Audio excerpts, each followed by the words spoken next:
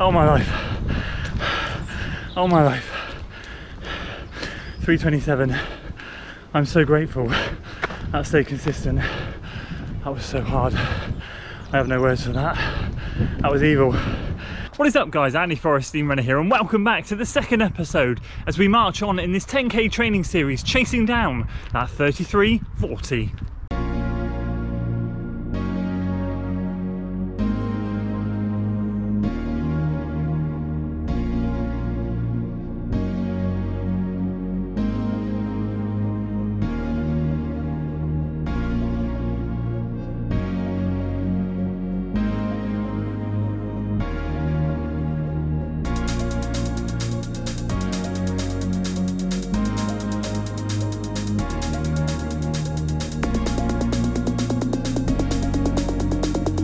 So welcome back to another video, and it is week 2 as I said in the intro. Today we are back down at Lydney Lake with Matt, who is getting changed and who apparently said he's not feeling very flowy. Apparently in Runner's World we can make up our own words. Flowy means he's not feeling it today. I don't know, we'll see. He's got his own workout. He's doing a lap on lap off of the lake.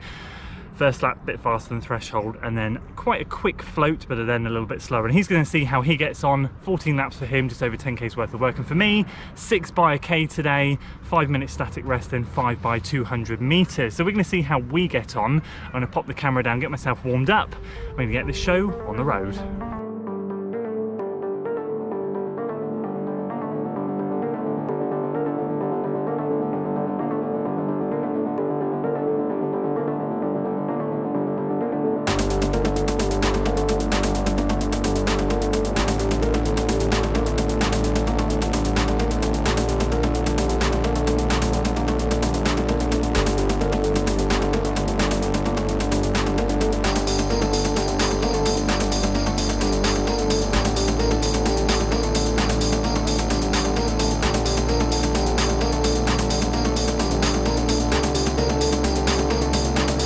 Okay, no fancy starts, no fancy B-roll or anything right now. We're going for it, for the swan in our way. Look, there goes Matt. No care in the world for that swan. We'll do the same. Here we go. 3, 2, 1, go!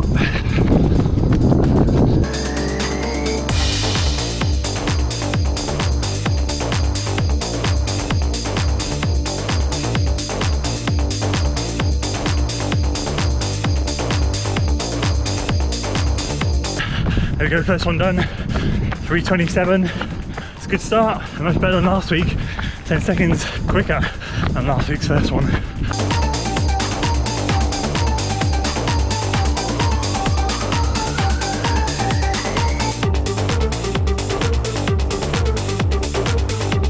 Oh, 3:27 again. So at least that's consistent. This is hard work. This is really hard work. Shows how unfit I am. But it'll be worth it come week 3 or 4 when it all starts to click.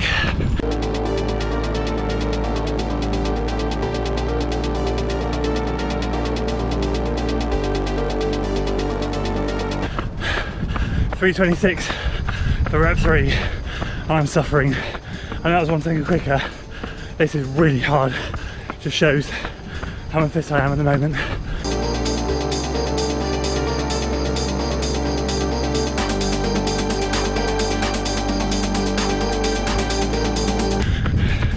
Rep 4 done, 3:27. We're staying consistent at least, but oh my god, I'm dying. I'm literally, this is the hardest I've worked in this session in a very long time.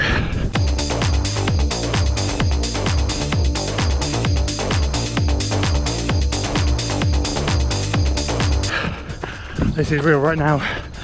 Oh god, 3:26. 1 more, we can do it. Come on, boy! Let's go! Good job.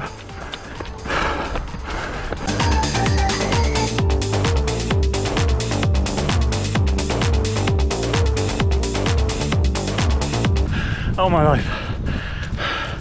Oh my life. 3:27. I'm so grateful that stayed consistent. That was so hard. I have no words for that. That was evil. And to think just a few months back, I was doing these K reps at these paces, same 90-second recovery times 12, and now 6 is a battle. I'm gonna stop moaning because obviously we're back on track with training and we're just getting consistent again. It's only week 2. So if you think about last week where we clocked 30s, 330s, 329, 28, to do 27s and 26s today, it's progress. Now for the 200s. Good form, good form, good form. Keeping it smooth. There we go. 200's done. Wasn't going to try and shoot B-roll in between those. 39, random. 33, 32, 33, 32. Very happy with the way that finished. It's weird because last week the sprints were much easier than the Ks, and today the 200s were, it felt amazing. Getting 33, 32, that felt easy. So it's just the speed endurance that we need to build up. Here we go with the man of the moment who did all 14 laps. How did that go? I was so close after 4 of them and just dropping out. Coming back another day, I was just all this negativity in my head. Yeah. And then I reframed it and just started telling myself, come on, strong and smooth, strong and smooth. Got them all done. You looked it. Average 5:17 per mile, 6.5 miles.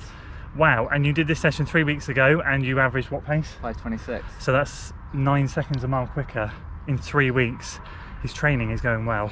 This chappie has been a mainstay in our session. He literally was either here or there. He has not moved, he is not phased. He is, oh, I'm going to assume it's a he, absolutely beautiful.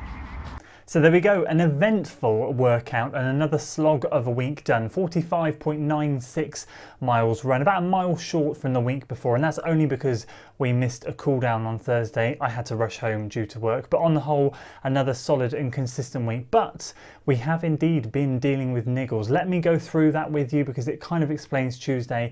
It kind of explains the following workout, which obviously you haven't seen, but Thursday's workout, which was 300 meters and then a 15-minute tempo run. It was all very laborious, and it has been a big struggle for me to get back into my stride and kind of feel the speed that I had before. It's all felt way too forced, and the main reason simply is Sunday before I started the plan, so nearly 2 weeks ago now, I had a massive back spasm, which is kind of, these things happen to me and they normally pass within 3 or 4 days. They start to ease off, kind of relax, the back relaxes, and I'm able to get into a flow again. But this back spasm has held on and on and on, and I've not been able to run freely or smoothly. Just looking at some of that workout footage whilst I was editing it, you could see in that shot where I've got the camera on me just how even more rigid I was up in the shoulder area because I had no flexion in my back at all. But thankfully it's Friday when I'm recording this.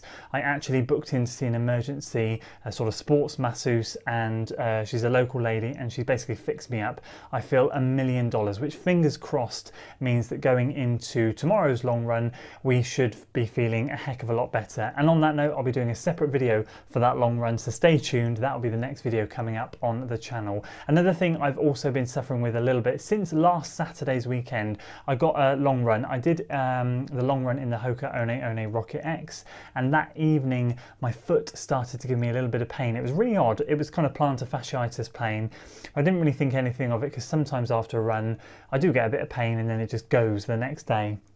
And lo and behold, on Sunday it was fine, but then on Monday it came back after the run, and then I rested that night, and then on Tuesday it came back for the run, and Thursday and today on Friday it came back for the run. It's just kind of niggling and there. It's kind of like a 0.5 to 1 out of 10 when I start, and then a 3 to 4 out of 10 on the pain scale by the time I finish. But then by the next day it's absolutely fine. So there's just been a couple of things that I've been dealing with this week, so that's one to keep an eye on. I'll be trying to manage that, and I've decided that if by the end of week 3 it's not easing up, then I will probably take some extra rest days just to allow it to heal up so that I can train to my full potential. But fingers crossed, come the long run video that you'll see next on the channel, hopefully now with my back feeling so much better than it was, it should all be good and we should have a good smooth run, and we finally hopefully have that run that clicks and gets us into gear for this training. But as I said, another solid week done. Consistency is coming back. I am hitting the splits, hitting the times,